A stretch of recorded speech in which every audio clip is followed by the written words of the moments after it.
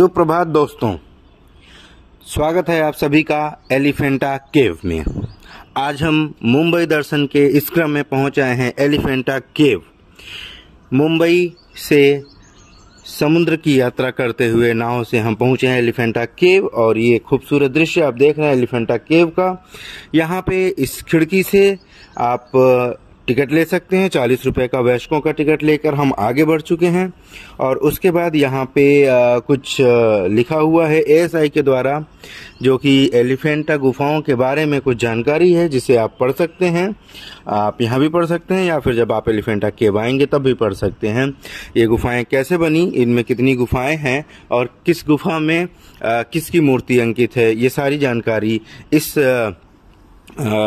जानकारी यहाँ पे दी गई है भारतीय पुरातत्व सर्वेक्षण मुंबई द्वारा।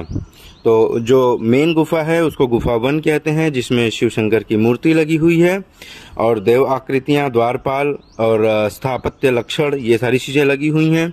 और बाकी की अन्य गुफाएं हैं, वहां भी शिव शंकर की मूर्ति हैं।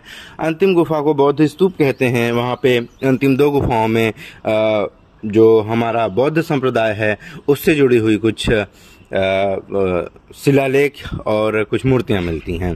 तो ये आप डिटेल में इसको पढ़ लीजिएगा। आप पॉज करके वीडियो को पढ़ सकते हैं। हम यहाँ से आगे बढ़ चुके हैं और आगे बढ़ते हुए फिर हम आपको जहां तक संभव हो सकेगा एलिफेंटा केव की एक एक जानकारी देते रहेंगे। यहाँ पे सीढ़ियों से हम आगे बढ़ते हैं तो थोड़ी ही दूर पे चल के ये गुफा 1 जो मेन गुफा है वो हमारे सामने आता है दाहिनी तरफ, और हम अब धीरे धीरे इस गुफा के अंदर प्रवेश करेंगे। गुफा के अंदर चल के हम देखेंगे कि किस तरीके से प्राचीन काल में बड़े बड़े पत्थरों पर यहाँ पे जो उस टाइम के कलाकार होते थे वो किस तरीके से कार्विंग करते थे।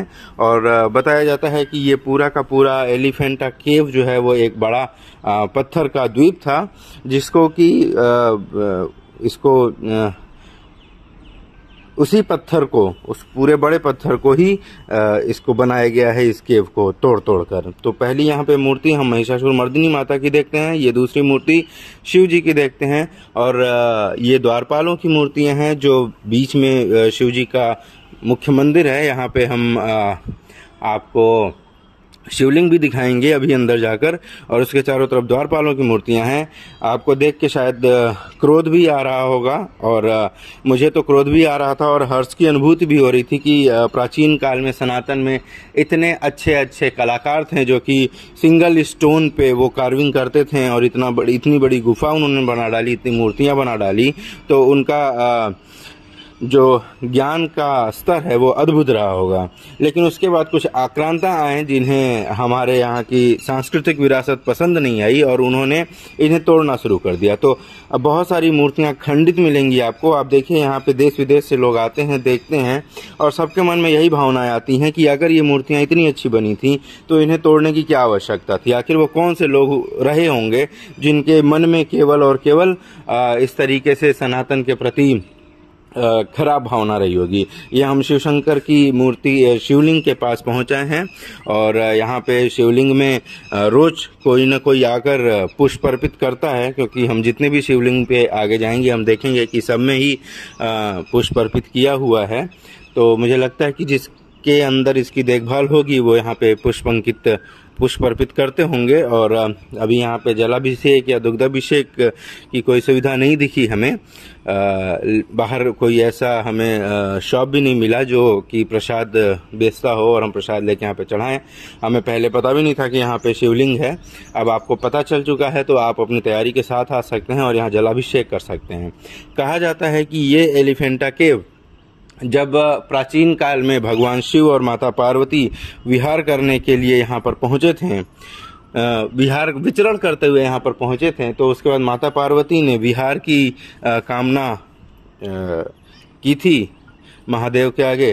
तो उसके बाद ही महादेव ने आदेश दिया था इंद्रादि देवताओं को कि इस जगह को, इस द्वीप को एक सुंदर गुफा में बदलो, और उसके बाद फिर हम यहाँ पे कुछ दिन रुकेंगे। तो उस समय ही ये सारी मूर्तियां बनाई गई थी। ये शिव शंकर की त्रिमूर्ति है, त्रिदेव कहते हैं, और ये त्रिदेव की मूर्ति वैसे तो बहुत ही फेमस है यहाँ भी कार्य की गई है और कितनी सुंदर कलाकारी है। हम देखेंगे कि इसमें भी कुछ न कुछ तोड़फोड़ जरूर की हुई है। ये माता की मूर्ति फिर से अलग से, ये असल में ये माता की मूर्ति नहीं है, ये हमारे शिव शंकर भगवान और पार्वती माता की एक साथ की मूर्ति है, जिसे हम अर्धनारीश्वर रूप भी कहते हैं। तो अर्धनारीश्वर रूप की मूर्ति, और यहाँ पे कुछ और मूर्तियां जो खंडित मूर्तियां आपको दिख रही हैं। फिर हम इधर से आगे बढ़ते हैं।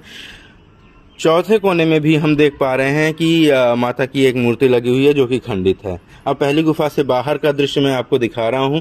देखिए इस बड़े पहाड़ को किस तरीके से काट काट के और इस तरीके से गुफाओं का निर्माण किया गया है। ऐसे ही ऐसे 9 गुफाओं का निर्माण किया गया है। पिलर्स भी बनाए गए हैं, मूर्तियां भी बनाई गई हैं। तो कलाकारी का वो स्तर जो उस समय था जब भी ये गुफा बनाई गई हो, मुझे नहीं मालूम ये 5वीं ईस्वी में बनाई गई थी या उससे भी पहले बनाई गई थी। मेरे ख्याल से तब बम्बई ही नहीं रहा होगा जब ये गुफा बनी होगी, क्योंकि इसका प्राचीन इतिहास किसी को नहीं मालूम है। ये देखिए सामने लगे 2 शेर को किस तरीके से खंडित किया गया है यहाँ पे। और उसके बाद में हम फिर आगे बढ़ेंगे।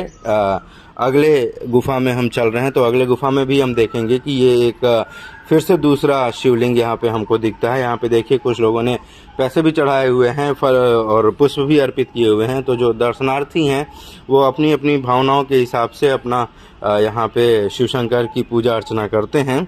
जो भी घूमने आते हैं, जिन्हें पहले से नहीं पता है कि यहाँ पे हमें शिवलिंग मिलेगा और हमें पूजा करनी है, तो वो इस तरीके से करते हैं।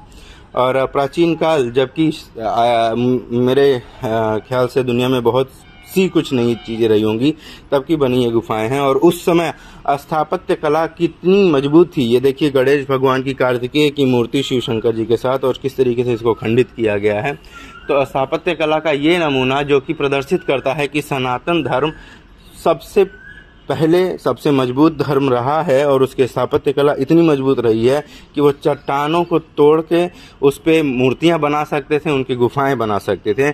इसी बात से चिढ़कर, इसी बात से खींच खाकर बहुत से अन्य धर्म संप्रदाय के लोग हमेशा सनातन धर्म का कुछ न कुछ उसको हानि पहुंचाने की कोशिश करते रहते हैं। और इसका सीधा साधा जागता हम नमूना देख पाते हैं जब हम एलिफेंटा केव पहुंचते हैं और वहां पर इतनी खंडित मूर्तियां देखते हैं। हमारे मन में 2 विचार एक साथ आते हैं कि हम कितने भाग्यशाली हैं कि हम सनातन धर्म के साथ जुड़े हुए हैं, और सनातन धर्म कितना महान धर्म रहा है जिसकी चित्रकारी इतनी फेमस रही है। और दूसरी तरफ हमें ये आक्रोश भी होता है कि ऐसे कौन से लोग थे जिन्होंने इन मूर्तियों को खंडित करना ही सबसे बड़ा कार्य समझा। और यहाँ पे आप देखेंगे तो नवग्रह की मूर्तियाँ और अन्य देवियों की मूर्तियाँ, यहाँ पे फिर गजानन की मूर्ति, गणपति गजानन की इतनी भव्य मूर्ति जिसे तोड़ा गया है।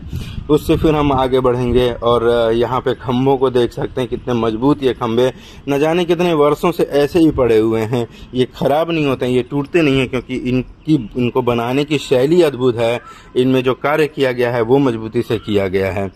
इसके बाद ये गुफाओं के कुछ दीवार जो मैं आपको दिखा रहा हूँ, बाहर की का एरिया दिखा रहा हूँ, ये पहाड़ों के बीच से मैं फिर बाहर का कुछ आपको वो एरिया दिखा रहा हूँ, क्षेत्र दिखा रहा हूँ, जो देखने में बहुत ही सुंदर लग रहा है। फिर हम यहाँ से आगे बढ़ेंगे, तीसरी गुफा की ओर चलेंगे, और इसी प्रकार से हम धीरे धीरे आगे बढ़ते चलते हैं। एक गुफा देखते हैं, दूसरी गुफाओं में कमरे भी हैं। मुख्य जो बीच का कमरा है उसमें शंकर जी का शिवलिंग है, और उसके अगल बगल 2 और कमरे हैं जिनमें कुछ रहा होगा पहले, क्योंकि अभी तो वो पूरा कमरा खाली दिखता था। और फिर सारी की सारी गुफाएं एक दूसरे से एक झरोखे से कनेक्टेड भी है। हम उसका मैं बार बार उस झरोखे से देखते थे तो दूसरी गुफाएं दिखती थी। ये हमारी एक और शिव शंकर भगवान की मूर्ति, जो कि हम थोड़ा नज़दीकी से निरीक्षण कर रहे थे, तो हमने पाया कि इसे भी पूरी तरीके से खंडित किया गया है। लेकिन जो मजबूत चट्टानों की मूर्ति बनी है उसे पूर्णतः खंडित करने में नाकाम रहे हैं जो भी लोग हमसे सनातन से चिढ़कर इस कार्य को अंजाम दिए थे। तो इस तरीके से हम फिर आगे बढ़ते जाएंगे और धीरे धीरे करके हमको एक एक चीज़ें यहाँ पे दिखती जाएंगी। और देखिए किस तरीके से ये छोटी बच्ची जो भगवान शिव के प्रति आस्था रखती है, वो अपने आप को रोक नहीं पाई और शिव शंकर के चरणों में अपना सर झुका दी, और सर झुकाकर उसने शिव शंकर को प्रणाम किया। अवश्य ही शिव शंकर भगवान महाकाल प्रसन्न होंगे और इस बच्ची को आशीर्वादित करेंगे। शिव शंकर के प्रति और अन्य देवताओं के प्रति सनातनी की आस्था वो कोई नहीं बदल सकता है। ये एक ऐसी आस्था है जो कि हमें हमेशा से ही, सदैव से ही रही है और सदैव तक रहेगी। जैसे भगवान शिव शंकर आदि से अनंत तक हैं, वैसे ही हमारी आस्था भी आदि से अनंत तक है। हमारे बच्चों में आस्था है और जब हमारे बच्चे शिव शंकर भगवान के सामने नतमस्तक होते हैं तो अवश्य ही हमें भी अच्छा लगता है, गर्व की अनुभूति होती है। तो इस तरीके से हम फिर आगे की ओर बढ़ चुके हैं और हम चल चुके हैं फिर तीसरी या चौथी गुफाओं को देखने के लिए। ये पहाड़ी का थोड़ा सा दृश्य आप देखेंगे कि इस पहाड़ी पर भी एक शेर की प्रतिकृति चट्टानों में उकेरी गई है। ये लाल रंग का आपको शेर दिख रहा होगा और हम सब जानते हैं कि शेर की प्रतिकृति वहाँ होती है जहाँ माता का मंदिर होता है पहाड़ के ऊपर चढ़ के। तो अवश्य ही इन पहाड़ों पर ऊपर चढ़कर कहीं माता का मंदिर भी होगा, जहाँ तक कि हमें जाने नहीं दिया गया। ये पूरा का पूरा एलिफेंटा केव अब ASI के निरीक्षण में है। तो ASI ने जहाँ तक की अनुमति दी है हम वहीं तक जा सकते हैं, जहाँ पे बाध्यता है वहाँ नहीं जा सकते हैं। ये देखिए कुछ 10 सीढ़ियों को चढ़ के हम एक और गुफा के अंदर प्रवेश करेंगे और ये आप देखिए कि चट्टान को तोड़कर इतनी सी जगह को कैसे गुफा में बदला गया है। यह कलाकारी अपने आप में ही एक अनुपम अनूठा उदाहरण है जो आज के आर्किटेक्चर्स को भी देखना चाहिए, समझना चाहिए कि ये जोड़ तोड़ वाली कलाकारी नहीं है, ये एक ही पत्थर को काट काट के की गई कलाकारी है। तो ये मजबूत भी होते हैं और इनका अनुपम सौंदर्य भी दिखता है। और चलने की तो बात ही छोड़िए, क्योंकि ये तो शताब्दियों से चलते आ रहे हैं, सदियों से नहीं शताब्दियों से चलते आ रहे हैं। तो ये सब धीरे धीरे करके एक एक करके ये सारी चीज़ें आप देखते रहेंगे। और इसी तरीके से 9-10 जो भी गुफाएं हैं वो सारी गुफाएं 9 गुफाएं हैं, जिसमें 7 शिव शंकर भगवान को अर्पित हैं और 2 बौद्ध को अर्पित हैं, गौतम बुद्ध को। तो वो सब आप देखते रहेंगे। साथ के साथ ये वीडियो आप देखते रहिए, मैं इसके बारे में कुछ और तथ्य आपको बताता हूँ। एलिफेंटा गुफाओं का प्रारंभिक इतिहास अज्ञात है, लेकिन कई इतिहासकार इस बात पर सहमत हैं कि इस जगह पर मंदिर जो है 5वीं शताब्दी और 9वीं शताब्दी के बीच का है। 5वीं शताब्दी और 9वीं शताब्दी के बीच का ये मंदिर है। ये इतिहासकार कहते हैं, ये मैं नहीं कह रहा हूँ, इतिहासकारों की बातें इतिहासकार ही जानेंगे। तो और ये जो स्थल है, ये जो जगह है, इसे एलिफेंटा द्वीप कहते हैं। ये घरपुरी पर स्थित है। इस जगह का नाम मराठी में घरपुरी है। घरपुरी का मतलब होता है गुफाओं का गांव। ये क्या है, इसे बाद में जब मुंबई बसा होगा और बहुत से लोग यहाँ पे आके बसे होंगे इस जगह पर, तो इसे इस गांव के नाम को घरपुरी बोला गया। घरपुरी का मतलब गुफाओं का गांव।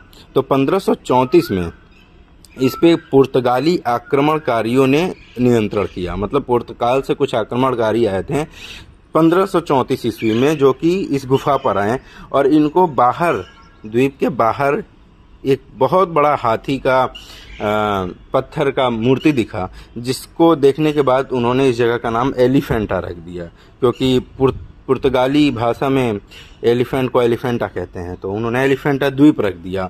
उसके पहले इस द्वीप का क्या नाम था ये किसी को नहीं मालूम, ना ये कहीं लिखा हुआ है। तो नियंत्रण करने के बाद रख दिया था। अब 1661 में ब्रिटिश शासकों ने इसको अपने अधीन कर लिया। जब अंग्रेजों का राज यहाँ पे भारत में आया तो उन्होंने 1661 ईस्वी में इसको अपने अधीन कर लिया। और फिर फारसी आक्रमणकारी, ईसाई, पुर्तगाली सैनिक, मराठा, ब्रिटिश सैनिक, इसमें उन्होंने बहुत क्षति पहुंचाई इसको।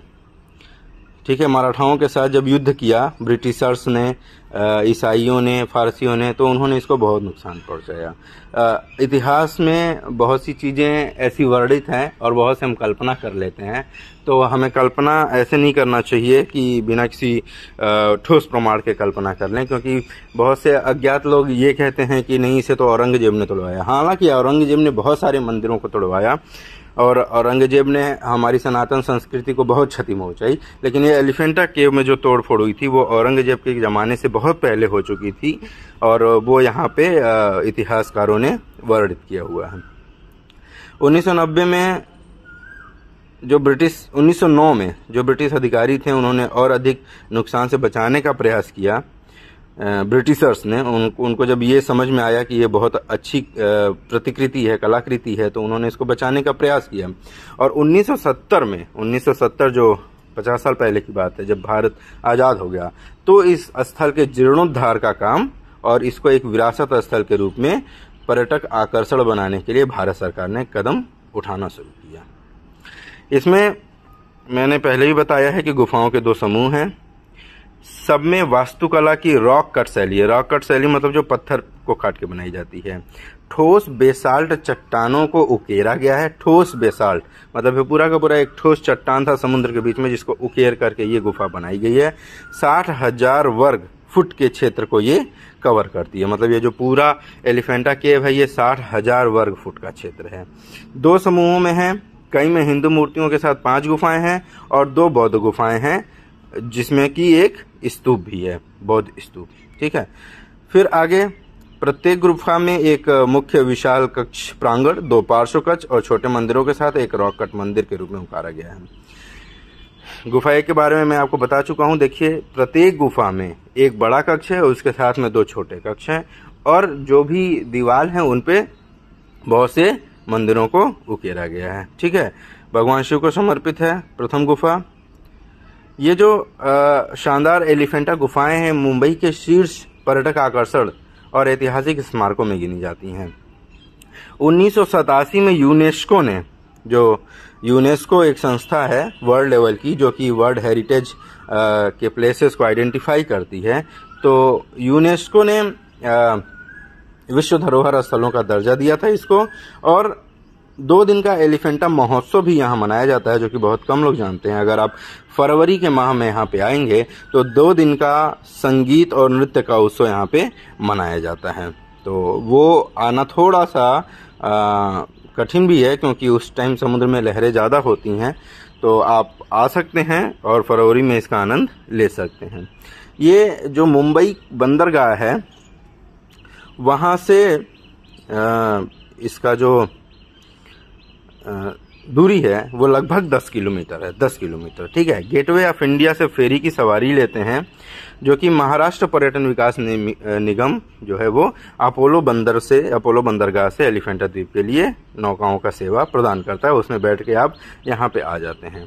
और जब आप गुफा में प्रवेश करते हैं तो वहाँ भी या तो आप पैदल अंदर तक आ जाएं, नहीं तो वहाँ भी एक टॉय ट्रेन चलती है, छोटी सी ट्रेन।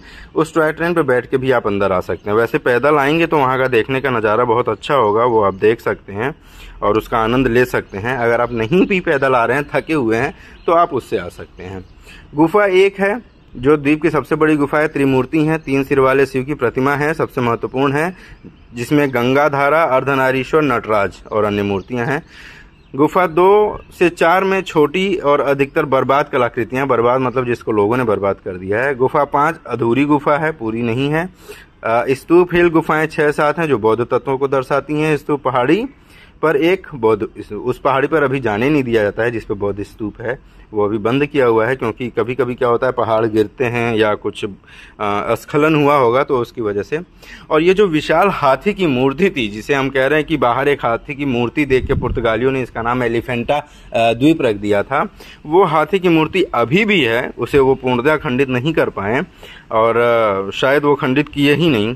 और वो मूर्ति जीजा माता उद्यान जो मुंबई का सबसे पुराना सार्वजनिक उद्यान है, उसमें वो रखा हुआ है।